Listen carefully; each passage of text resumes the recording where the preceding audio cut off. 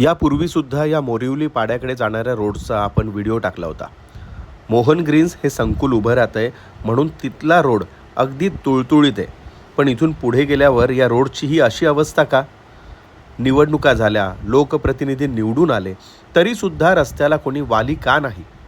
इथून येणाऱ्या जाणाऱ्या लोकांना आता हा वेगळाच नवीन त्रास सहन करावा लागतोय. अख्खा उन्हाळा गेला आणि आता ऐन पावसाच्या सुरुवातीला इथे या दगडी टाकून ठेवल्यात. हे असे तुटलेले चेंबर्स, त्यातून वाहणारं घाण पाणी, बाजूला तुटलेली रेल्वेची भिंत आणि असा हा उघडा पडलेला नाला.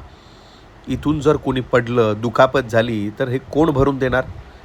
इथून पुढे ज्या बिल्डिंग्स आहेत तिथे राहणारे लोक अजून त्यांनी किती दिवस हे भोगायचं? याचा अर्थ त्यांनी केलेलं मतदान हे वायाच गेलं. नगरपालिका प्रशासन आणि लोकप्रतिनिधी यांनी तर तिथे दुर्लक्ष केलंय असं इथले लोक म्हणतात.